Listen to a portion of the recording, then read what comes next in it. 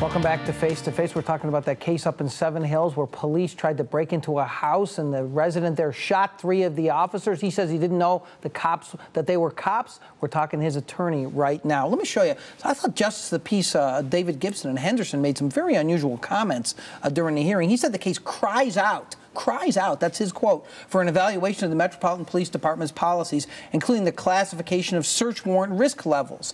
This is a scary, scary situation, Gibson said. This whole thing was handled in an unusual way. Now Gibson's relatively new, but still, he clearly was surprised by this, right? He was surprised, and Judge Gibson spent a lifetime practicing criminal law in this community, so I think he knows what he's talking about. I meant he's relatively new to the bench, That's but go true. ahead. That's true. But, you know, look, I think what he was getting at, and I don't want to speak for the judge, but look, when we are able to show that all you have to do is call this man and he comes out of his house, why couldn't you have just done it like that? They scare the hell out of the neighborhood.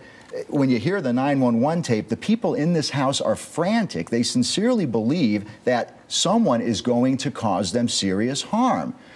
Manny did what every one of us has a right to do to protect himself and protect his family. And again, you know, we're saddened that after the fact it turned out to be SWAT officers and not the criminals that he thought it was. But, you know, if he was reasonable in his belief that he had to use force to protect his family, the law will protect him. I believe he was reasonable. If he's reasonable, others might say, listen, this guy's even if he's a low-level drug dealer, if he's a low-level drug dealer, he's always going to be scared that the cops are going to be at his door. He knew they were cops. That's why he shot at him. John, do you think anybody really wants to believe, with his baby infant in the house and his wife and his 13-year-old daughter, that this guy who's employed, who's got a job, wants to get into a shootout situation with SWAT?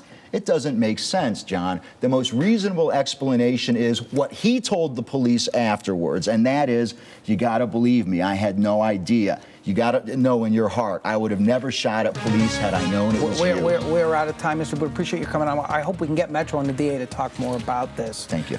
On the next Face to Face, the latest on the shakeups in the gaming industry.